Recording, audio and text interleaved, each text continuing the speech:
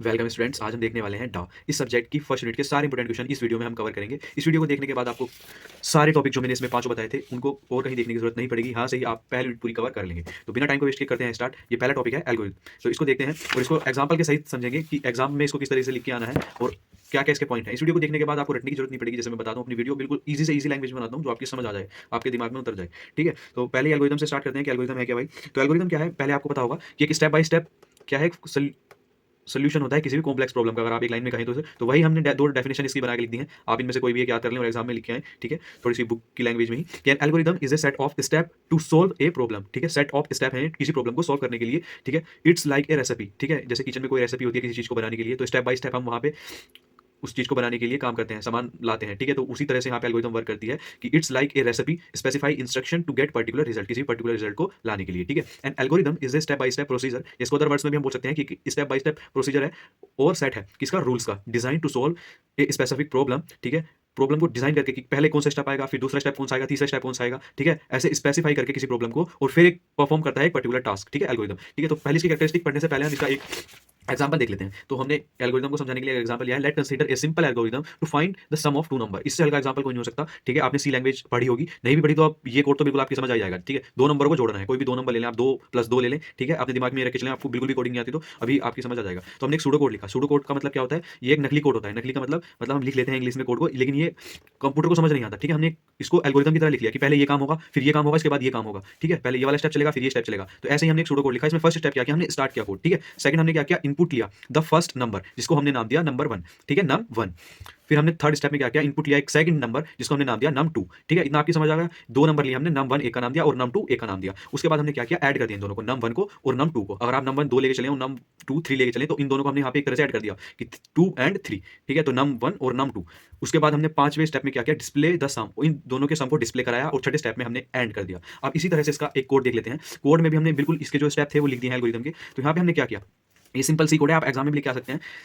Hashtag include stdio.h। ठीक है, int main यहाँ से फंक्शन स्टार्ट किया और यहाँ पे स्टेप 2 यहाँ पे स्टार्ट किया, इनपुट द फर्स्ट नंबर। यहाँ पे इनपुट लिया फर्स्ट नंबर जो कि इंटीजर है नम 1 और इसको प्रिंट कराया एंटर द फर्स्ट नंबर। और स्कैनफ हम यूज करते हैं किसी भी नंबर को इनपुट लेने के लिए। अगर आप इनपुट लेके नहीं करना चाहते तो यहाँ पे आप सिंपली क्या काम कर सकते हैं कि इंट नम 1 = 1 ले सकते हैं और इंट नम 2 = 2 ले सकते हैं। ठीक है, अब तो आपकी समझ आ गया होगा। और हम इसको यहाँ पे 1 ले लें, ठीक है, और इसको यहाँ पे 2 ले लें, ठीक है, नम 2, तो यहाँ पे इन दोनों लाइनों का लिखने का कोई मतलब नहीं रह जाता। आप सीधा यहाँ पे इंट सम करके नम 1 और नम 2 दोनों को जोड़ के और यहाँ पे प्रिंट सम करा सकते हैं और एग्जाम में इस कोड को लिख के आ सकते हैं। ठीक है, तो यहाँ पे हमने क्या किया, पहले हमने 2 नंबर इनपुट ले लिए, उसके बाद इनको ऐड करा दिया। फोर्थ स्टेप में ऐड कराया, एक सम नाम का नया वेरिएबल बनाया जिसमें हमने नम 1 और नम 2 की वैल्यू को जोड़ के यहाँ पे स्टोर कराया और फिर इस सम को प्रिंट करा लिया। ठीक है, तो ये क्या हुआ, एक सीक्वेंस चला यहाँ पे। ठीक है, पहले स्टेप बाय स्टेप यहाँ पे हर चीज आई। ठीक है, कोई भी यहाँ पे स्टेप पहले नहीं आया, कोई बाद में नहीं आया।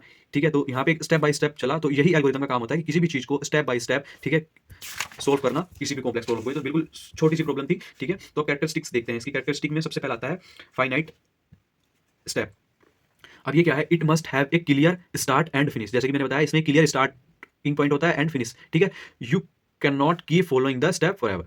अब सेकंड देखते हैं इसकी कैरेक्टरिस्टिक कि clear step, each step must be easy to understand and follow with no confusion. ठीक है, यहाँ पे क्या है, सारे स्टेप इजी टू अंडरस्टैंड होते हैं। अगर आप एल्गोरिथम लगाते हैं तो हम एल्गोरिथम की मदद से किसी भी कॉम्प्लेक्स प्रॉब्लम को आसानी से अंडरस्टैंड कर सकते हैं। ठीक है, और इससे कि हमें कोई भी कंफ्यूजन नहीं होता। इनपुट में क्या आता है, इट्स टेक इन्फॉर्मेशन, ठीक है, टू वर्क ऑन। ठीक है, लाइक जैसे मैंने आपको बताया था इन इंग्रेडिएंट्स इन ए रेसिपी, जैसे कि किसी भी चीज को बनाने में हम क्या क्या चीज यूज करते हैं, तो हमारे सब इनपुट हैं। ठीक है, जैसे कि हमने एक चाय बनाई, चाय के लिए हमको क्या चाहिए, सबसे पहले पानी चाहिए। ठीक है, फिर आग चाहिए, उसके नीचे जलाने के लिए पतीला चाहिए। ठीक है, उसके बाद हमको उसमें पानी में दूध डालना होगा, चीनी डालनी होगी। ठीक है, तो वो सब क्या है, इसके इंग्रेडिएंट्स हैं किसी भी चीज को बनाने के लिए। तो ऐसे ही इनपुट में कोई इन्फॉर्मेशन चाहिए होती है किसी चीज का रिजल्ट प्रिंट कराने के लिए, तो वो सब इनपुट में आती है। आउटपुट क्या है, output it's give you the answer और सोल्यूशन टू द प्रॉब्लम। जो भी आपने यहाँ पे प्रॉब्लम ली थी और उस प्रॉब्लम के यहाँ पे इंग्रेडिएंट्स दिए थे, ठीक है, इनपुट दिया था, उसके बारे में बताया था, तो उसका ही यहाँ पे रिजल्ट प्रोड्यूस करता है आउटपुट में। इफिशिएंट मतलब it should solve the problem well, not taking too much time और रिसोर्स। ठीक है, मतलब बहुत ज्यादा टाइम नहीं लेती। ठीक है, डेफिनाइटनेस मतलब each step to the algorithm must be and unambiguously defined. ठीक है, ये भी एक अच्छा पॉइंट है। उसके बाद effectiveness, every step in an algorithm must be simple enough to be carry out by the person और ए मशीन। ठीक, सबसे लास्ट पॉइंट आता है इसका generality. An algorithm should be applicable to a range of problem और solution. तो यहाँ पे इसके 8 कैरेक्टरिस्टिक मैंने आपको बता दिया। इनमें से अगर आप कोई भी 4 भी लिख के आओगे ना एग्जाम में, तो भी आपके बहुत अच्छे मार्क्स आने वाले हैं। ठीक है, तो अब यहाँ पे हमने पहला वाला टॉपिक देखा। अब इसके बाद हमने पहले टॉपिक में वहाँ पे बताया था कि आपको एसिम्प्टोटिक नोटेशन की जानिए अच्छे से। तो अब इस पे बढ़ते हैं। ये वाली जो ये नोटेशंस हैं, ये एग्जाम में 100% पूछी जाती हैं, तो इन पे आपको ज्यादा फोकस करना है थोड़ा सा। देखिए मैं आपको बता देता हूँ। एक मिनट, यहाँ पे मैंने इसके ऐसे नोट्स बनाए हैं कि आपको एक बार पढ़ के इतने अच्छे से याद हो जाएंगे ये नोटेशंस आप फिर भूलोगे नहीं बहुत जल्दी से, ठीक है। ये डाटा स्ट्रक्चर जो एक सब्जेक्ट आपने पढ़ा था उसमें भी आपको आई होंगी, ठीक है, वहाँ पे आपको प्रॉब्लम दी होगी, तो वहाँ पे भी मैंने एक बार बताया था पहले वीडियो में, लेकिन यहाँ पे आपको देखना है बहुत अच्छे से, ठीक है। तो स्टार्ट करते हैं कि ये होती क्या है भाई। तो asymptotic notation are a way of expressing the time और स्पेस। बहुत ध्यान से सुनना मेरी बात, अगर आप बात सुन लोगे ना तो आपके समझ आ जाएगी, ठीक है। उसके बाद आप अपनी लैंग्वेज में भी लिख पाओगे, वैसे तो बहुत ही ईजी लैंग्वेज में लिखा हुआ है, ठीक है। अब बहुत ध्यान से सुनना है कि it is a way to express the time और space complexity of an algorithm. ये क्या एक्सप्रेस करती है? टाइम और स्पेस कॉम्प्लेक्सिटी को एक्सप्रेस करती है of an algorithm in term of mathematical function, ठीक है, in term of mathematical function. तो ये इसकी डेफिनेशन हुई। They describe the upper and lower bounds, ठीक है। ये क्या डिस्क्राइब करती है? Upper and lower bounds of an algorithm के, अपर और लोअर बाउंड्स को ये डिस्क्राइब करती है किसके? एल्गोरिथम के।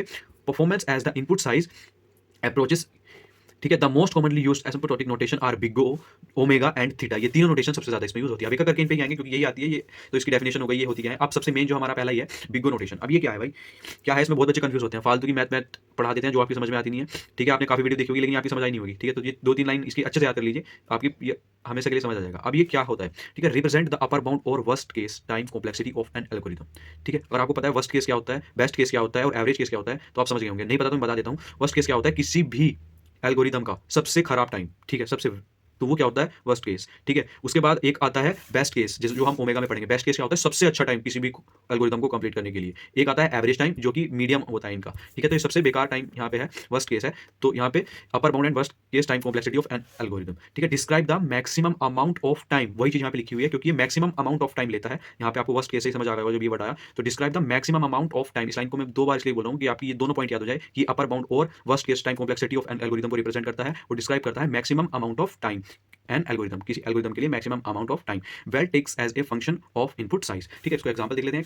If an algorithm has a time complexity of O n, ठीक है, it's means the running time grow linearly with the size of input, ठीक है। यहाँ पे इसका ये छोटा सा आपको डायग्राम बना के आना है एग्जाम में। अब हम बढ़ते हैं ओमेगा फंक्शन की तरफ। ओमेगा में क्या है? ओमेगा को देखते हैं, रिप्रेजेंट द लोअर बाउंड और best case time complexity of an algorithm, ठीक है। उसके बाद यहाँ पे बेस्ट केस मतलब बहुत ही मिनिमम टाइम लगेगा, बहुत जल्दी फास्टली ये किसी भी एल्गोरिदम को एक्जीक्यूट करेगी, तो वही यहाँ पे लिखा हुआ है, represent the lower bound and best case time complexity of an algorithm. Describe the minimum amount of time. अब तो मिनिमम टाइम तो लगेगा जब बेस्ट केस है, ठीक है। यहाँ पे मैक्सिमम लग रहा था क्योंकि ये बेस्ट केस था, तो यहाँ पे क्या लगेगा? Minimum time and algorithm will take as a function of input size, ठीक है। इसका भी किसी तरह से जैसे एग्जांपल है ये वाला, इसी तरह से इसका भी एक एग्जांपल आपको लिख के आना पड़ेगा। And if an algorithm has a time complexity of omega and it's means the running time grow at least as fast as a linear function. यहाँ पे क्या बोला? फास्ट, ठीक है। इस बात का ध्यान रखना है आपको। जैसे मैंने बताया था ये बेस्ट केस था। अब हम देखते हैं थीटा। थीटा नोटेशन, थीटा ये एवरेज को करता है, ठीक है। Represent both the upper and lower bounds, ये दोनों को क्या करता है? रिप्रेजेंट करता है upper and lower bounds provided tight bound, ठीक है। टाइट बाउंड, ये क्वेश्चन भी 2 मार्क्स में आता है कि टाइट बाउंड किसमें होता है, तो थीटा नोटेशन, टाइट बाउंड और द एल्गोरिथम परफॉर्मेंस, ठीक है। डिस्क्राइब द एवरेज, ठीक है, एवरेज टाइम कॉम्प्लेक्सिटी, इसमें एवरेज टाइम कॉम्प्लेक्सिटी होती है, ठीक है। अब इसका एग्जांपल देख सकते हैं आप, ठीक है। If an algorithm has a time complexity of theta n, it's mean the running time grow at the same rate as a linear function not for filling below this growth, ठीक है। तो यहाँ पे हमारा ये थीटा नोटेशन भी complete होता है। उसके बाद आता है रेकरेंस रिलेशन। रेकरेंस रिलेशन क्या होता है इसको अब हम देखेंगे। Recurrence relation is a way to express the performance of an algorithm in term of its sub problem solution. This recurrence relation represent an algorithm that divide the problem into 2 half, recurrently solve each half and then combine the solution in linear time, ठीक है। अभी इसको एक example से समझेंगे। तो अभी मैं डेफिनेशन पढ़ रहा हूँ इसकी, ठीक है। एग्जांपल से समझने के बाद इसको आप कंप्लीटली समझ जाएंगे, ठीक है। तो देखते हैं। Solving such relation helps determine the overall time complexity of an algorithm. The general form of इसकी ये है कि Tn is equals to n and Tn minus 1 n minus 2 और यहाँ पे डैश डैश डैश T1 तक ये चलती है, ठीक है। तो अभी इसका एक एग्जांपल लेंगे जिससे कि आपको पूरा क्लियर हो जाएगा। तो जो भी हमारे रेकरेंस रिलेशन होते हैं, जितने भी इससे संबंधित क्वेश्चन होते हैं हमारे, वो एक मेथड लगाते हैं इसमें, सब्स्टिट्यूशन मेथड। सारे क्वेश्चन इससे सोल्व हो सकते हैं हमारे, ठीक है। तो यहाँ पे हमने इसका एक एग्जांपल लिया है, ये है फर्स्ट, ठीक है। रेकरेंस इक्वेशन हमने ली Tn is equals to n multiply Tn minus 1, ठीक है। तो इसको मैं समझाऊंगा तो आपकी पूरी डेफिनेशन भी सही समझ आ जाएगी। तो सबसे पहले हमने ये लिया, ठीक है। उसके बाद हमने क्या किया, इसमें यहाँ पे हमने पुट किया किसकी वैल्यू को, n की वैल्यू को पुट किया n-1 इसमें इक्वेशन 1 में, ठीक है। इस वाली इक्वेशन 1 में n-1 हमने यहाँ पे पुट किया। अब पुट करने के बाद हमारे पास क्या आया, t यहाँ पे n-1 आ गया, इज इक्वल्स टू यहाँ पे n था n-1 आ गया क्योंकि n की जगह हमने n-1 पुट किया है। उसके बाद मल्टीप्लाई t और n की जगह आ गया n-1 और -1, तो हमारे पास जो इक्वेशन सेकंड वाली निकल के आई, तो tn-1 is equals to n-1 multiply tn-2, तो ये माइनस माइनस प्लस हो जाएगा, तो माइनस के 2 हो जाएगा, यहाँ पे साइन रहेगा माइनस साइन, ठीक है। अब यहाँ पे हमने क्या किया, जो हमारे पास सेकंड इक्वेशन निकल गई, अब हमने जो n is equals to n-1 लिया था जहाँ पे, ठीक है। ध्यान से सुनना मेरी बात, वहाँ पे हमने n-2 लिया, इस वाली इक्वेशन में यहाँ पे n-2 लिया, सॉरी यहाँ पे 2 हो नहीं रहा, आप अपनी कॉपी में अब यहाँ पे देखना आप, जब हमने इसको स्टार्ट किया माइनस -2, ये -2 लिखना है यहाँ पे n -2, तो यहाँ पे n की जगह हमने क्या लिखा n -2 और n की जगह हमने क्या लिखा n -2, मल्टीप्लाई, ठीक है। t की जगह यहाँ पे t आया और n की जगह हमने लिखा था n -2, जब यहाँ पे हमने लिखा था, ये इसके नहीं है बिल्कुल भी रिलेटेड, यहाँ पे हमने दोबारा वैल्यू पुट किया है, तो इक्वेशन 2 अलग है। अब हमने इक्वेशन 3 बनाने के लिए पहली वाली इक्वेशन में ही वैल्यू पुट की है, ठीक है। तो यहाँ पे t n -2 और -1 जब उनको हम जोड़ेंगे तो यहाँ पे -3 आ जाएगा और ये हमारी इक्वेशन 3 हो जाएगी, ठीक है। यहाँ पे हमने दो चीज गलत रखी है, एक तो यहाँ पे 2 आना है और इसको इक्वेशन आप 1 कर लेना, ठीक है। ये थोड़ा सा ध्यान देना। उसके बाद यहाँ पे यूज सब्स्टिट्यूशन, अब इस सब्स्टिट्यूशन मेथड का हमने यहाँ पे यूज नहीं किया, अब हम इसका यूज करेंगे। अब इसका यूज क्या करेंगे, यहाँ पे हमने एक फॉर्मूला देखा था, जो हमने देखा था, इसकी जनरल फॉर्म देखी थी कि हमको इसको इसकी फॉर्म में बनाना है, ठीक है। तो वही फॉर्म हम यहाँ पे बना के लेके चलेंगे लास्ट तक। तो जब हमने इसको लिखा, हमने ली पहले सेकंड इक्वेशन ली, ठीक है। सेकंड इक्वेशन लेने के बाद हमने यहाँ पे t n is equals to n multiply by n minus 1 into n minus 2 into n minus 3, ठीक है। इसकी फॉर्म में हमको इसको लेके चलना है, तो लेके गए, ठीक है। अब हमने जो सबसे लास्ट वाला पॉइंट पढ़ा था कि यहाँ पे सबसे लास्ट में t माइनस 1 हमको लेके आना है, ठीक है। तो हमने यहाँ पे इसको एलिमिनेट कर दिया, ठीक है। और यहाँ पे हमको क्या लेके आए, इसको हमने इसकी वैल्यू पुट की n माइनस 1, तो यहाँ से n और n कैंसिल हो जाएगा, ठीक है। तो हमारे पास यहाँ पे वैल्यू आ जाएगी इसकी 1, ठीक है। n माइनस 1 तक हमने इसके स्टेप चलाए, ठीक है। इसी बात आपको ध्यान रखनी है। अब यहाँ पे t माइनस 1 ये हम लेके आ चुके हैं। अब हम इसको लेके लिख सकते हैं कि n multiply by n minus 1 multiply n minus 2 और मल्टीप्लाई इज टू यहाँ पे लास्ट में 1 है तो उससे पहले 2 आया होगा, उससे पहले 3 आया होगा, ठीक है। तो बस इतनी बात ध्यान में रखनी है कि यहाँ पे हमने इस n की जगह वैल्यू क्या पुट की थी, n माइनस 1, ठीक है। बस इतनी बात आपको ध्यान रखनी है। तो जब भी जाके हमारा क्या आया था, 1 आया था, ठीक है। इन टर्म ऑफ ऑर्डर, अब इसको ऑर्डर की टर्म में कुछ इस तरह लिख सकते हैं। यहाँ से n कॉमन लिया तो आ गया 1 और यहाँ से हमने लिया 1 अपॉन n हो गया, मल्टीप्लाई n कॉमन लिया यहाँ से तो यहाँ पे 1 हो गया और यहाँ पे 2 और इसके डिवाइड में हमने n लिख दिया, उसके बाद मल्टीप्लाई, इसी तरह से यहाँ से भी हमने कॉमन ले लिया, ठीक है।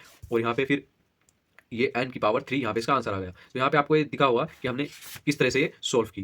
तो यहाँ पे कंप्लीट होता है सेकंड क्वेश्चन। अब हमारी स्टार्ट होती है हीप सॉर्ट, ठीक है। हीप पे स्टार्ट कर रहे हैं हम हीप सॉर्ट। हीप सॉर्ट को आपको बहुत ध्यान से पढ़ना है क्योंकि एग्जाम में काफी बार रिपीट होता है क्वेश्चन, ठीक है। तो सबसे पहले हम हीप सॉर्ट की डेफिनेशन देख लेते हैं। तो हमको इसको डेफिनेशन से एग्जाम में स्टार्ट करना है, ठीक है। तो डेफिनेशन भी पूछता है। तो heap sort is A comparison based sorting algorithm that use a binary heap, ठीक है। क्या यूज करती है, एक बाइनरी हीप डेटा स्ट्रक्चर को ये यूज करती है। ध्यान से सुनना, इस लाइन को आपको लिख के आना है, the use a binary heap data structure to build a max heap और मीन हीप, ठीक है। मैक्स हीप क्या होता है, असेंडिंग ऑर्डर, और मीन हीप में क्या होती है, descending order, and then repeatedly extract the maximum और minimum element from the heaps and rebuild the heap, ठीक है। ये इसकी डेफिनेशन थी। अब हमने यहाँ पे दो चीज देखी, एक तो मैक्स हीप देखी और एक मीन हीप देखी। और मैक्स हीप और मीन हीप में क्या अंतर होता है वो आपको मैं थोड़ा बता देना चाहता हूँ इसी वीडियो में। तो मैक्स हीप क्या होती है, मैक्स हीप वो होती है जिसमें एक फादर और चाइल्ड के बीच एक ऐसी रिलेशनशिप होती है जिसमें कि फादर की जो वैल्यू होती है वो चाइल्ड से बड़ी होती है। तो कौन सी हीप कहलाती है, मैक्स हीप। जैसे कि एक एग्जाम्पल देखिए, यहाँ पे एक रूट नोड है 5, तो इनकी फादर नोड है, ठीक है। फादर है इनका 2 का 3 का 5, ठीक है। तो यहाँ पे ये दोनों इससे छोटी है, ठीक है। तो यहाँ पे फादर की वैल्यू बड़ी है, तो ये क्या है, एक मैक्स हीप है। इसी की तरह अगर मैं नीचे और नोड बना दूं, यहाँ पे 1 2 3 4 और यहाँ पे लिखूं 1 और 1, तो ये क्या होंगी, दोनों मैक्स हीप को ही सेटिस्फाई होंगी क्योंकि इसकी वैल्यू भी यहाँ पे 1 है और यहाँ पे भी 1 है। तो यहाँ पे ये भी क्या होगी, एक मैक्स हीप होगी। इसी तरह यहाँ पे 2 और 1 में लिख दूं तो ये भी क्या होगी, एक मैक्स हीप होगी। अगर मैं यहाँ पे एक जगह भी यहाँ पे 3 लिख देता हूँ और यहाँ पे 1 लिख देता हूँ तो ये मैक्स हीप नहीं होगी, ठीक है। इसका एक पॉइंट यहाँ पे गलत हो जाएगा, लेकिन ये यहाँ पे क्या है, एक मैक्स हीप है। इसी तरह से यहाँ पे जो इसकी चाइल्ड नोड है वो फादर नोड से क्या होनी चाहिए, छोटी होनी चाहिए। चाइल्ड नोड बड़ी होनी चाहिए, फादर नोड छोटी होनी चाहिए। यहाँ पे एक चाइल्ड नोड है 2, ये हमारी जो नोड है ये वाली, ये इससे बड़ी है। यहाँ पे आप ध्यान देखना, जो भी छोटी वैल्यू है वो ऊपर आएगी रूट नोड में और बाकी की सब चाइल्ड नोड में आएगी नीचे, ठीक है। तो ये क्या हो गया, मीन हीप को सेटिस्फाई करेगी ये कंडीशन। अब हम इसके एग्जांपल को देखते हैं। इसको देखने के बाद फर्स्ट एग्जांपल स्टार्ट होता है इसका। फर्स्ट एग्जांपल हमने क्या लिया, एक अनसॉर्टेड एरे लिया, ठीक है। ये अनसॉर्टेड एरे है जिसमें हमने यहाँ पे एक 5 वैल्यू स्टोर कराई, ठीक है। 10 15 5 8 25, ठीक है। तो यहाँ पे इसको इंडेक्सिंग भी कर दी हमने 0 1 2 3 4, ठीक है। तो यहाँ पे मैक्स हीप हम जब इसका बनाएंगे, अब पहले हमको इसका मैक्स हीप बनाना होगा या मिन हीप बनाना होगा, तो हम पहले मैक्स हीप बनाते हैं। मैक्स हीप के लिए हमने क्या किया, स्टेप 1 स्टार्ट किया। यहाँ पे हमने 10 को लिया, सबसे पहले 10 लिखा। उसके बाद स्टेप 2 में हमने क्या किया, 15 को लिया, ठीक है। यहाँ पे 10 15, ठीक है। अब हम क्या करेंगे, इसको स्वैप करेंगे, ठीक है। मैक्स हीप में मैंने आपको बताया था कि मैक्स हीप कब होगा, जब सबसे ऊपर वाली जो नोड होगी, जो हमारी फादर नोड होगी, वो चाइल्ड नोड से बड़ी होगी, ठीक है। वही मैक्स हीप की कंडीशन को सेटिस्फाई करेगा। तो यहाँ पे 10 तो छोटा है भाई, ये तो चाइल्ड नोड छोटी है, ऊपर आ रही है, तो यहाँ पे मैक्स हीप की कंडीशन सेटिस्फाई नहीं हो रही है। तो यहाँ पे स्वैप करेंगे हम, तो 15 को ऊपर लाएंगे और 10 हो जाएगा हमारा नीचे, ठीक है। उसके बाद हम स्टेप 3 की तरफ बढ़ते हैं। स्टेप 3 में क्या है, हमने 5 को इंसर्ट किया, तो यहाँ पे बस 5 को इंसर्ट कर दिया इसमें, ठीक है। और इसमें कुछ एक्शन नहीं है। और यहाँ पे हमने इंसर्ट किया स्टेप 4 में 8 को, तो 8 को हमने यहाँ पे लेफ्ट टू राइट ऐसे इंसर्ट कर रहे हैं हम, लेफ्ट टू राइट, पहले यहाँ फिर यहाँ फिर यहाँ और फिर लेफ्ट टू राइट, इस तरह से, ऐसे ऐसे ऐसे, ठीक है, ऐसे। अब स्टेप 5 में हमने 25 को इंसर्ट किया। 25 को जब हमने इंसर्ट किया तो सबसे पहले जो हमारा यहाँ पे ही बन चुका था, उसमें हमने जब 25 को इंसर्ट किया तो यहाँ पे ये वाला जो 25 है, ये ऊपर के जो सभी एलिमेंट हैं, उनसे बड़ा हो गया। ठीक है, जब बड़ा हो गया तो यहाँ पे जो मैक्स हीप की जो कंडीशन अब तक चली आ रही थी, जो सैटिस्फाई होती आ रही थी, तो वहाँ पे ये सैटिस्फाई उसको नहीं कर पा रही है। ठीक है, तो अब यहाँ पे मैंने बताया था कि अब स्वैप करेंगे हम इसको, 10 से इसको स्वैप करेंगे तो 10 आ जाएगा यहाँ पे। ठीक है, स्वैप करने के बाद अब भी यहाँ पे आप जब कंडीशन को देखेंगे तो ये यहाँ पे सैटिस्फाई नहीं हो रही है, क्योंकि जो 25 वैल्यू है वो 15 से बड़ी है। तो यहाँ पे जो हमारी चाइल्ड नोड है वो पेरेंट्स एक्स भी डाल देंगे, तो जो हमारे पास मैक्सिमम हीप निकल के आएगा वो आएगा 25, 15, 5, 8 और 10। यहाँ पे हमारे पास एक मैक्सिमम हीप निकल के आ चुका है। अब हम क्या करेंगे, अब इसमें हम स्टार्ट करेंगे डिलीटिंग एलिमेंट इन हीप। अब इसको थोड़ा सा ध्यान से देखना आप, यहाँ पे जब हम स्टार्ट करेंगे, जो लास्ट एलिमेंट होता है उसको रूट एलिमेंट के साथ स्वैप करते हैं। इस लाइन को आपको ध्यान रखना है, जो लास्ट एलिमेंट होता है, लास्ट एलिमेंट कौन सा होगा, जैसे कि 10 लास्ट है। अब हम इसका एक हीप बनाएंगे, सबसे पहले हीप बना लिया हमने 25, 15, 5, 8, 10। ठीक है, इसको हीप जब हमने बनाया तो यहाँ पे हमने पहले लिखा है कि लास्ट एलिमेंट जो होता है उसको रूट के साथ स्वैप करते हैं। तो ये 10 है, इसको हम स्वैप करेंगे, यहाँ पे 25 को यहाँ पे नीचे लेके आएंगे और 10 को ऊपर लेके जाएंगे। तो जैसे कि हमने किया, यहाँ पे 10 को ऊपर लेके गए और 25 को नीचे लेके आए। ठीक है, अब हमने क्या किया, इस 25 को नेक्स्ट पेज में हमने बताया इसमें, अब ध्यान से देखना, इस 25 को हमने 25 को यहाँ से डिलीट कर दिया, डिलीट करके हमने एक एरे बनाया था, सॉर्टेड एरे। ठीक है, सॉर्टेड एरे हम यहाँ पे बना रहे हैं, तो वो 25 यहाँ पे स्टोर कर दिया। ठीक है, इंडेक्स 4 में। ठीक है, आई आपके पास समझ, इंडेक्स 4 में स्टोर कर दिया। अब हमने स्टेप 2 स्टार्ट किया यहाँ पे डिलीटिंग एलिमेंट का, तो यहाँ पे जो हमारा एरे बचा था 25 तो यहाँ पे रिमूव हो गया, डिलीट हो गया। अब हम जो एरे बचा था उसको लेके आएंगे और इसमें आप चेक करेंगे, ठीक है, कि ये मैक्स हीप की कंडीशन को सेटिस्फाई कर रहा है या नहीं कर रहा है। तो मैक्स हीप की कंडीशन को सेटिस्फाई नहीं कर रहा है, क्योंकि यहाँ पे 10 छोटी वैल्यू रूट नोड में आ रही है और बड़ी वैल्यू यहाँ पे चाइल्ड नोड में आ रही है। तो हम इसको स्वैप करेंगे, स्वैप करने के बाद 15 ऊपर जाएगा, 10, 5, 8। यहाँ पे आने के बाद अब हम क्या करेंगे, अब इसमें डिलीटिंग वाली कंडीशन लगाएंगे। डिलीटिंग वाली कंडीशन लगाने से देखेंगे कि यहाँ पे जो ऊपर की है, ठीक है, जो रूट नोड है उसको हम सबसे लास्ट में लेके जाएंगे और लास्ट को सबसे ऊपर रूट नोड में लेके जाएंगे। जैसे कि हमने डिलीटिंग एलिमेंट वाली कंडीशन को यहाँ पे देखा था कि लास्ट एलिमेंट जो होता है उसको रूट एलिमेंट के साथ स्वैप करते हैं। ठीक है, तो वही कंडीशन यहाँ पे लगेगी। जो हमारा लास्ट है ना 15, उसको 8 की जगह पे लाएंगे और 8 को 15 की जगह पे ले जाएंगे, तो ये हो जाएगा 8, 10, 5 और 15। ठीक है, ये जब नीचे आ गया तो हमने इसको रिमूव कर दिया, इस एलिमेंट को हमने रिमूव कर दिया, तो वो रिमूव होने के बाद यहाँ पे सॉर्टेड एरे में आया। ठीक है, जो कि इंडेक्स 3 पर आया। उसके बाद हमने स्टेप देखा, नेक्स्ट स्टेप 3 जो हमने देखा, तो हम इसको लेके आए 8, 10, 5। ठीक है, इसको यहाँ पे लेके आए और इसको हमने जब रिमूव कर दिया था तो अब इसका कोई भी अनसॉर्टेड एरे से लेना देना नहीं रहा, ये सॉर्ट हो गया। ठीक है, सॉर्टेड एरे में। उसके बाद हमने इसमें देखा ये मैक्स हीप तो है अभी इस टाइम पे, तो ये मैक्स हीप नहीं है। यहाँ पे 8 इसमें चाइल्ड ऊपर आ रहा है, पेरेंट्स नोड 10 नीचे आ रहा है, तो 10 को ऊपर लेके जाएंगे, 10 ऊपर आ गया, 8, 5। ठीक है, अब हम क्या करते हैं, इसमें जो हमारा लास्ट नोड होता है उसको रूट के साथ स्वैप करते हैं। तो जैसे कि हमने कर दिया यहाँ पे 5, 8, 10। अब जो हमारा लास्ट नोड है उसको हमने रिमूव किया। ठीक है, रिमूव करने के बाद वो 10 यहाँ पे आ गया। ठीक है, इंडेक्स 2 पे। उसके बाद हमने स्टेप 4 चलाया, स्टेप 4 चलाने से हमने 5 और 8 आया। 5 और 8 क्या ये मैक्स हीप है? नहीं, ये मैक्स हीप नहीं है, तो इसको मैक्स हीप की कंडीशन में लाएंगे। पहले 8 को ऊपर लेके जाएंगे, 5 को नीचे लेके आएंगे। ठीक है, तो मैक्स हीप की कंडीशन बन जाएगी। उसके बाद 8 और 5 की दोनों को चेंज करेंगे पोजीशन को। ठीक है, रूट नोड को नीचे लास्ट एलिमेंट में लेके जाएंगे, लास्ट एलिमेंट को रूट नोड बनाएंगे। ठीक है, 5, 8। अब इस 8 को यहाँ से इस एलिमेंट को रिमूव कर देंगे और उसको स्टोर करा देंगे एरे में, सॉर्टेड एरे में। यहाँ पे स्टोर करा दिया 8 को। अब सबसे लास्ट वाला हमारे पास स्टेप बचता है। ठीक है, स्टेप 5 में क्या होता है, ये इंडेक्स 0 है, तो अब तो रिमूव करने पर भी वो 0 इंडेक्स पर ही रहेगा। ठीक है, तो यहाँ पे इसको 0 इंडेक्स पर ही लिख देंगे 5 को, तो ये एरे हमारा सॉर्ट हो जाएगा यहाँ पे। ठीक है, तो इतना सा था यहाँ पे ये काम।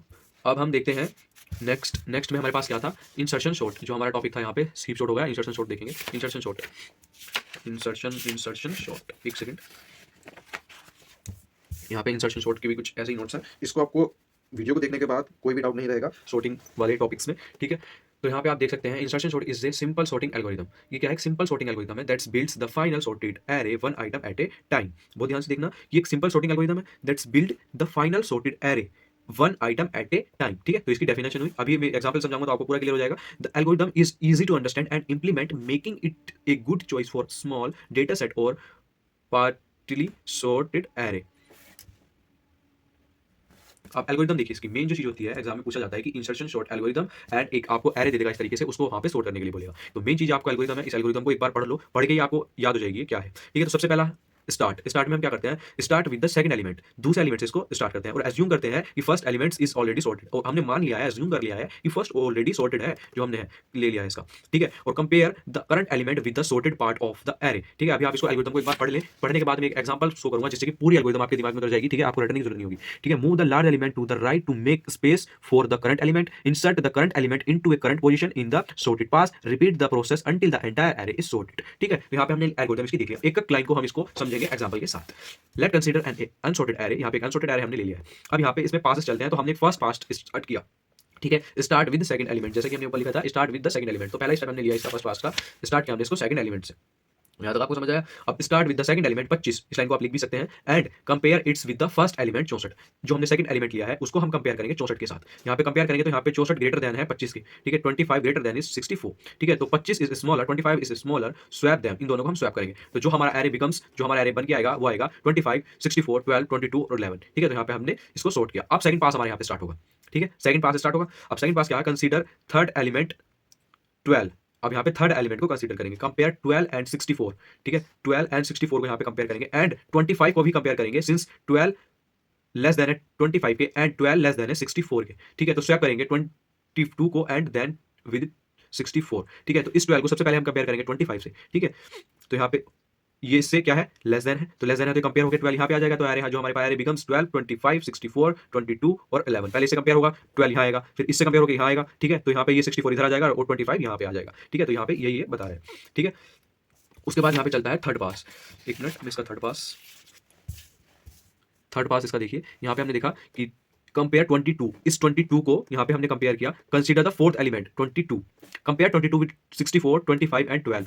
इसको हम कंपेयर करेंगे 64 से भी, 25 से भी और 12 से भी। ठीक है, तो यहाँ पे हमने क्या देखा, swap 22 with 12 then 25 and then 64। ठीक है, अब जहां पे भी इसको हम सबसे कंपेयर करके देखेंगे, स्वैप करके देखेंगे, जहां पे भी इसको बैठ रहा होगा, जब हम इसको स्वैप करेंगे 64 से, तो 64 हमारा इधर आ जाएगा। ठीक है, उसके बाद हम इसको स्वैप करेंगे, जब यहाँ पे था तो ये 64 इधर आ गया, अब हम इसको 25 से करेंगे तो 25 आ जाएगा। ठीक है, और ये 65 25 की जगह पे पहुंच जाएगा, क्योंकि 12 यहाँ पे ऑलरेडी सॉर्टेड है। ठीक है, अब हम क्या देखेंगे, फोर्थ स्टेप देखेंगे, consider fifth element 11, compare 11 with 64, 25, 22 और 12। स्वैप करेंगे 11 को, जो हमारे पास सबसे लास्ट वाला एलिमेंट बचा है, इसको स्वैप करेंगे यहाँ से 12। ठीक है, पहले ये 64 से कंपेयर करेंगे तो इधर आएगा, 25 से करेंगे तो ये इधर आ जाएगा, 11 यहाँ पे आ जाएगा, 11 को 22 से करेंगे 11 यहाँ पे आ जाएगा, 22 को 11 से करेंगे तो 12 इधर आ जाएगा, 11 इधर आ जाएगा। तो वही यहाँ पे सॉर्टेड एरे करके यहाँ पे सीधा हमने दिखा दिया कि 11 को हम सीधा यहाँ पे लिया और ये सारे एरे इधर इधर स्वैप हो गए। ठीक है, तो जो हमारे एरे बिकम्स, जो हमारे पास एरे निकल के आया वो सॉर्टेड एरे निकल के आया 11, 12, 22, 25 और 64। This is the insertion short. ठीक है, तो हमने जो इसकी एल्गोरिथम पढ़ी थी वो पूरी यहाँ पे इसी पे बेस्ड थी कि हमने यहाँ पे सेकंड एलिमेंट लिया, compare the current element with the sorted part of the array. जो एरे हमारा सॉर्टेड हो चुका है उससे हमने उस पार्ट को कंपेयर किया, move the largest element to the right, अपने राइट में हमने largest element, make space for the current element. ठीक है, इंसर्ट द करंट एलिमेंट, जो हमारा करंट एलिमेंट है, into a correct position in the sorted part, उसको करेक्ट पोजीशन पर लेके गए सॉर्टेड पार्ट में। ठीक है, repeat the process until the entire array sorted, और इस प्रोसेस को रिपीट किया जब तक कि हमारा एरे सॉर्ट नहीं हुआ। ठीक है, तो यहाँ पे हमारा इंसर्शन सॉर्ट कंप्लीट होता है। अब हम करते हैं सिलेक्शन सॉर्ट से। सिलेक्शन सॉर्ट भी एक सॉर्टिंग टेक्निक है। ठीक है, जैसे कि हमने यहाँ पे देखा था, हीप सॉर्ट पढ़ लिया, इंसर्शन सॉर्ट पढ़ लिया, मर्ज सॉर्ट पढ़ेंगे और क्विक सॉर्ट पढ़ेंगे, तो एक और सॉर्ट देख लेते हैं इनके बीच का, सिलेक्शन सॉर्ट। ये भी बहुत इजी है, इसको एकदम हम देखेंगे। ठीक है, सिलेक्शन सॉर्ट क्या है, selection sort is a simple sorting algorithm that repeatedly select the smallest or largest element from the unsorted part of the array and swap it with the element at the beginning of the unsorted part। ठीक है, तो इसको भी एक जल्दी से example से समझ लेंगे, क्योंकि जितनी ज्यादा इंपॉर्टेंट नहीं है, फिर भी आ जाती है कभी कभी। तो एक एग्जांपल हमने कंसीडर किया 64, 12, 25, 12, 22 और 11। ठीक है, यहाँ पे हमने इसके एल्गोरिथम अभी देखी नहीं है, एल्गोरिथम हम इसके एग्जांपल में क्लियर करेंगे। ठीक है, सबसे पहले हमने फर्स्ट पास चलाया, तो हमने पहली लाइन क्या पढ़ी इसमें, start with the first element as the minimum. ठीक है, हम क्या करते हैं, find the minimum element in unsorted part which is 11। सबसे पहले जो हमें हमारा एरे होता है उसमें हम मिनिमम एलिमेंट को फाइंड करते हैं, मिनिमम एलिमेंट को फाइंड कर लिया, वो है 11। अब इस 11 को हम फर्स्ट उस पर लाते हैं। ठीक है, फर्स्ट इंडेक्स पर, तो 11 हो गया, इसका क्या नाम है, अनसॉर्टेड एरे में मिनिमल एलिमेंट मिनिमम। उसके बाद हमने इसको स्वैप किया 11 विद द फर्स्ट एलिमेंट से इसको स्वैप किया। ठीक है, स्वैप करने के बाद हमारा एरे जो बिकम बन के आया वो है 11, 25, 12, 22 और 64। ठीक है, तो यहाँ पे index 0, index 1, index 2, index 3, index 4, तो हमारा यहाँ पे एरे क्या हो गया, सॉर्टेड हो गया, क्योंकि ये सबसे मिनिमम था और ये सॉर्टेड एरे में हमारा चला गया। ठीक है, एक हमारा पास कंप्लीट होता है यहाँ पे। ठीक है, अब हम देखते हैं, सॉरी, इसका आगे का पार्ट। 1 मिनट।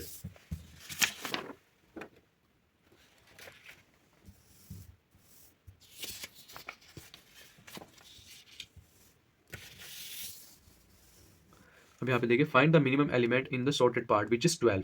ठीक है, अब जब इस वाले को तो हमने सोल्व कर दिया तो सॉर्टेड एरे में चला गया, लेकिन जो ये हमारे 4 इंडेक्स बचे हैं 1 2 3 4, 0 वाला तो हमने सॉर्ट कर लिया। ठीक है, अब ये चारों जो इंडेक्स बचे हैं इसमें हमने क्या किया, इसमें मिनिमम हमने फाइंड आउट किया। ठीक है, फाइंड आउट किया, बहुत ध्यान से सुनना, वो आया हमारे पास 12, ये आया 12। अब स्वैप करेंगे इस 12 को सेकंड एलिमेंट से, जो हमारा एरे का सेकंड एलिमेंट था, इससे हम इसको स्वैप करेंगे। ठीक है, तो ये हमारे पास क्या निकल के आएगा, जो एरे निकल के आएगा बिकम्स 11, 12, 25, 22 और 64। यहाँ पे ये आ जाएगा सॉर्टेड एरे में और ये रहेगा अनसॉर्टेड एरे में, जैसे कि हमारी एल्गोरिथम में भी गिवन है कि swap the minimum element with the first element of the unsorted part, जैसे कि हमने यहाँ पे किया था कि जो हमारा 11 था उसको हमने फर्स्ट एलिमेंट से स्वैप किया था। ठीक है, move the boundary between the sorted and unsorted part two the right, यहाँ पे एक हमने बाउंड्री भी बना ली थी सॉर्टेड और अनसॉर्टेड के बीच। Repeat the process until the array is sorted, जब तक कि एरे हमारा कंप्लीट नहीं होता तब तक यही हमें रिपीट करते रहना है, जो हमने फर्स्ट पास में किया था। ऐसे ही हमने थर्ड पास चलाया, थर्ड पास में क्या किया, मिनिमम एलिमेंट जो हमने लिया इन तीनों में से, जो हमारा अनसॉर्टेड एरे था, ये तो हमारा सॉर्ट हो चुका है, जो अनसॉर्टेड एरे था 25, 22 और 64, इसमें से जो सा भी मिनिमम था वो था 22, इसमें से हमने 22 लिया और इसको 22 को स्वैप किया किससे, थर्ड एलिमेंट से।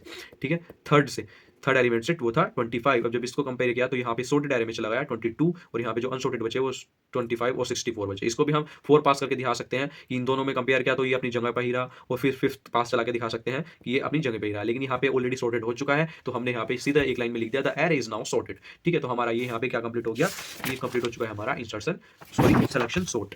एक मिनट, यहाँ पे सिलेक्शन सॉर्ट कंप्लीट हो चुका है। अब हम बढ़ते हैं आगे थोड़ा इससे भी,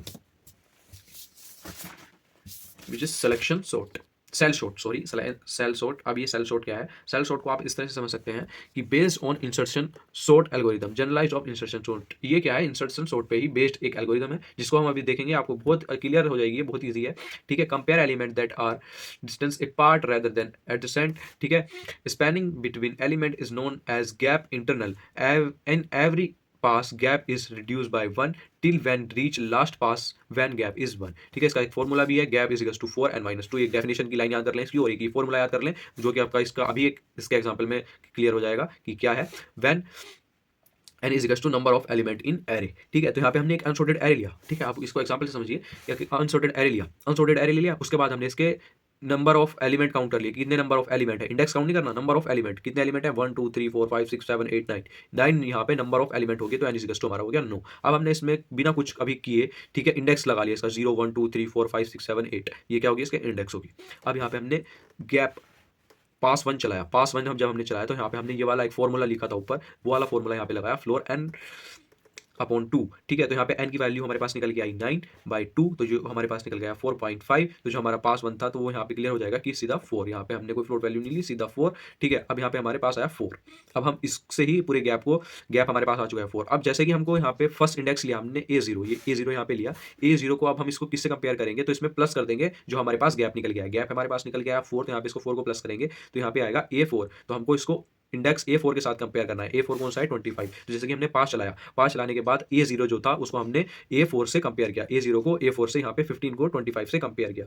ठीक है, अब जो हमारा इंडेक्स A पे था इसमें अब जब हमने गैप 4 जोड़ा तो इसको हम कंपेयर करेंगे A5 से, जैसे कि 19 को हमने कंपेयर किया 41 से। ठीक है, इसी तरह से कंपेयर हम करेंगे गैप निकलने के बाद, गैप के अकॉर्डिंग। ठीक है, जब हमने इनको कंपेयर किया तो ये ऑलरेडी सॉर्टेड था, 15 से 24 से छोटा था 15 और 41 से छोटा था हमारा 19। ठीक है, अब इसको हम दोबारा चेक करेंगे कि यहाँ पे थर्ड जो है इसका, ठीक है, A3 इंडेक्स जो है इसका, 3 इंडेक्स, ये वाला 3 इंडेक्स 20। ठीक है, ये इंडेक्स 2 को कंपेयर हम किससे करेंगे, जब हम इंडेक्स 2 में 4 जोड़ेंगे तो ये हो जाएगा 6, तो हम इसको 6 से कंपेयर करेंगे, यहाँ पे 30 से कंपेयर करेंगे और इसको कंपेयर करेंगे 31 से। ठीक है, तो यहाँ पे ये वाला तो सेटिस्फाई कर रहा है कि यहाँ पे 13 है, यहाँ पे 20 है, सही है, लेकिन यहाँ पे 33 है और यहाँ पे 31 है, तो ये सही नहीं है। तो अब हम इसको हम यहाँ पे ऐसे लिखेंगे कि इस 38 को तो लाएंगे यहाँ पे, और ये जो 30 था वो आ जाएगा हमारा, वो 31 था वो आ जाएगा हमारा यहाँ पर। ठीक है, 38 की जगह पर। अब हमने क्या किया, फिर से लगाया कि 22 यहाँ पे जो हमारा 4 था, इंडेक्स 4, इसको हमने कंपेयर किया सबसे लास्ट वाले से, 8th वाले से। ठीक है, तो यहाँ पे फिर कंपेयर हुआ तो 12 हमारा यहाँ पे आ गया और 24 यहाँ पे आ गया।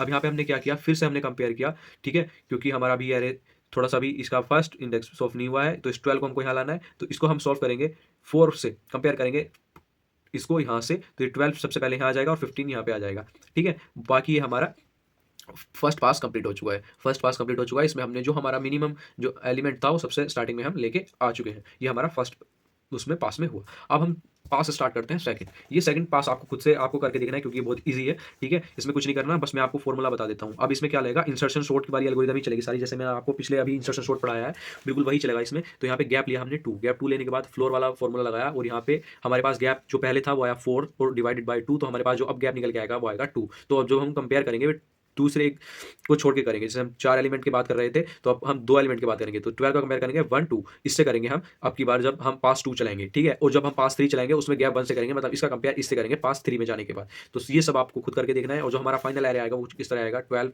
15 19 20 और डैश डैश डैश, इस तरह से हमारे पास एरे निकल के आएगा। तो ये क्वेश्चन लगभग 5 नंबर में हर बार पूछा जाता है। ठीक है, तो इसको भी एक बार कंप्लीट कर लें। ठीक है, और कभी कभी नहीं भी पूछा जाता। ठीक है, तो इसको आप लगा सकते हैं। ठीक है, अब हम एक और हमारा टॉपिक बचा है, हमने यहाँ पे क्या क्या देखा, हीप शॉर्ट देख लिया, इंसर्शन शॉर्ट देख लिया। अब हमारे पास एक टॉपिक बचा मर्ज शॉर्ट। ठीक है, मर्ज शॉर्ट हम देखेंगे। अब मर्ज शॉर्ट भी काफी इजी एक सॉर्टिंग टेक्निक है। मर्ज शॉर्ट को हम जब देखेंगे तो merge sort is a divide and conquer sorting algorithm that divides the input array into 2 half, recursively sort each half and then merge the sorted half to produce a sort array. अब इसको आप example से समझेंगे तो आपको ज़्यादा अच्छे से समझ आएगा। तो इसमें हमने एक एल्गोरिदम चलाई। एल्गोरिदम क्या है? डिवाइड, कॉन्क्यू, मर्ज। डिवाइड में हमने क्या किया? Divide the unsorted array into two half. इसको दो भागों में हमने डिवाइड कर लिया। जब से हमने इसका एक एग्जांपल लिया, एग्जांपल क्या लिया? एक अनसॉर्टेड एरे लिया, ठीक है। यहाँ पे अनसॉर्टेड एरे लिया हमने, इनिशियल स्टेप लिया ये, ठीक है। अब इसको करने के बाद हमने इसको टू टू अनसॉर्टेड एरो में डिवाइड कर लिया, ठीक है। डिवाइड वाली वो लगाई हमने इसकी एल्गोरिदम, ठीक है। डिवाइड वाली लगाने के बाद कंक्योर, ठीक है, रिकर्सिवली अप्लाई द मर्ज, ठीक है। किसमें? जो हमारी सॉर्टेड एरे था, ठीक है, उसमें अनसॉर्टेड एरे था, ठीक है। तो यहाँ पे स्प्लिट कर देंगे इसको, 38 को यहाँ पे अलग लेके आएंगे, इसको अलग लेके जाएंगे, ठीक है। दो दो करके तोड़ रहे हैं, तो सबसे पहले इसमें 1 और फिर 2 यहाँ पे आएंगे। इस तरह से इनमें भी यहाँ पे इसको भी हम डिवाइड कर रहे हैं, ठीक है। 3 9 यहाँ पे 82 और 10, ठीक है। अब यहाँ पे इसको और अलग करेंगे थोड़ा सा, 38 27 34 3 9 82 और 10, बिल्कुल ये यहाँ पे अब हो गया। यहाँ पे सारे हैं जो हमारे एलिमेंट है वो बिल्कुल अलग हो चुके हैं। अब हम इसको सबको मर्ज करना है एंड सीक्वेंस से लगाना है जिसकी जहाँ पे जगह बैठ रही है, ठीक है। तो मर्ज जब हम इसको फाइनली करेंगे, कंबाइन द सब एरे, तो यहाँ पे जब इसको इसमें कंपेयर करेंगे तो सबसे पहले इसको शॉर्ट भी करते चलेंगे साथ साथ। तो 27 सबसे मिनिमम है, इसको सबसे स्टार्टिंग में लाएंगे, फिर 38, फिर 43, ठीक है। उसके बाद यहाँ पे 3 में मिनिमम है, फिर 9, फिर 10 और फिर 82, ठीक है। और फिर इन दोनों को हम मर्ज करेंगे। मर्ज करने के बाद आ गया हमारे पास सॉर्टेड एरे 3 9 10 27 38 43 और 82। ये हमारे पास क्या है? मर्ज सॉर्ट से एक रिजल्ट आया हमारे पास जो कि है सॉर्टेड एरे। हमने एक अनसॉर्टेड एरे लिया था जिससे कि हमने एक सॉर्टेड एरे बनाया, ठीक है। 3 स्टेप को फॉलो करके, 3 एल्गोरिदम के स्टेप को फॉलो करके, डिवाइड, कंक्यू और मर्ज, ठीक है। तो यहाँ पे ये था मर्ज सॉर्ट, बहुत इजी है, ठीक है। पहले हमने 2 में डिवाइड कर लिया, फिर सारे एलिमेंट को बिल्कुल अलग कर लिया और फिर उनको फाइनली कंबाइन किया सब एरे में, और सब एरे में उसको सीक्वेंस लगाया, सबसे पहले मिनिमम, फिर उसके बाद हम बढ़ाते चले गए, ठीक है। तो इस तरह से हमने यहाँ पे मर्ज सॉर्ट कंप्लीट किया। अब हमारे पास सबसे लास्ट टॉपिक बचता है जो कि हमारा मास्टर थ्योरम। मास्टर थ्योरम में हम चलते हैं आपको लेके कि मास्टर थ्योरम क्या है भाई। अब ये मास्टर थ्योरम क्या, थोड़ा सा इसको भी देख लेते हैं मास्टर थ्योरम। अब इसको देखिए, master theorem is a tool that helps to quickly access and classify the time complexity of certain type of, ठीक है, recursive algorithm without solving them in detail. तो एक तरह का ये टूल है जो हेल्प करता है quickly access and classify the time complexity, ठीक है, टाइम कॉम्प्लेक्सिटी को क्विकली एक्सेस और क्लासिफाई करने के लिए of certain type of recursive algorithm without solving them in detail. Master theorem is a mathematical formula, एक मैथमेटिकल फॉर्मूले की तरह है, use to analyze the time complexity of recursive algorithm, जो कि हमने पहली लाइन में पढ़ा था वो यहीं पे है, ठीक है, और इजी लैंग्वेज में है, ठीक है। तो एक तरह का फॉर्मूला है। तो ये स्पेसिफाई एक इसका फॉर्मेट होता है, एक स्पेसिफाई फॉर्मेट होता है, जैसे कि है T N is equals to T A T और N divided by B plus theta N की पावर के लो की पावर के एन, ठीक है। तो ये केवल इसी वाले को जब हमारा फॉर्मेट इस फॉर्मेट में होती है तभी हम इसको यूज़ कर सकते हैं, वरना हम यूज़ इसको नहीं कर सकते। जो एक्सेस सब जो हमने इससे पहले मेथड पढ़ा था, ठीक है, उसमें हम क्या नाम है सारे ही जो हमारे क्वेश्चन थे उसको सोल्व कर पा सकते थे, लेकिन मास्टर थ्योरम में ऐसा नहीं होता। अब इसके कुछ जो हमारे मेन जो हमको ध्यान रखने हैं पॉइंट ये है 1 2 3, इसको आपको अच्छे से पढ़ लेना है कि if a greater than b की पावर के, तो देन हमारा जो रिजल्ट आएगा वो आएगा t N is equals to q n की power n log b a, ठीक है। तो ये हमारे क्या आएगा, रिजल्ट आएगा अगर ये ए हमारा ग्रेटर देन है। इफ अगर ए इज इक्वल्स टू बी की पावर के, देन तो यहाँ पे ये सारी कंडीशन है और इनके अकॉर्डिंग इनका रिजल्ट आएगा। ऐसे ही हमारा तीसरा वाला ये है कि अगर ए लेस देन है हमारा बी की पावर के से, देन ये वाली दो इफ कंडीशन है, तो इनके अकॉर्डिंग यहाँ पे इस तरह से रिजल्ट आएगा, ठीक है। जैसे कि हमने एक छोटा सा ही क्वेश्चन लिया हुआ है, आप क्वेश्चन कितने भी सारे उठा सकते हैं नेट्स पे से, ठीक है।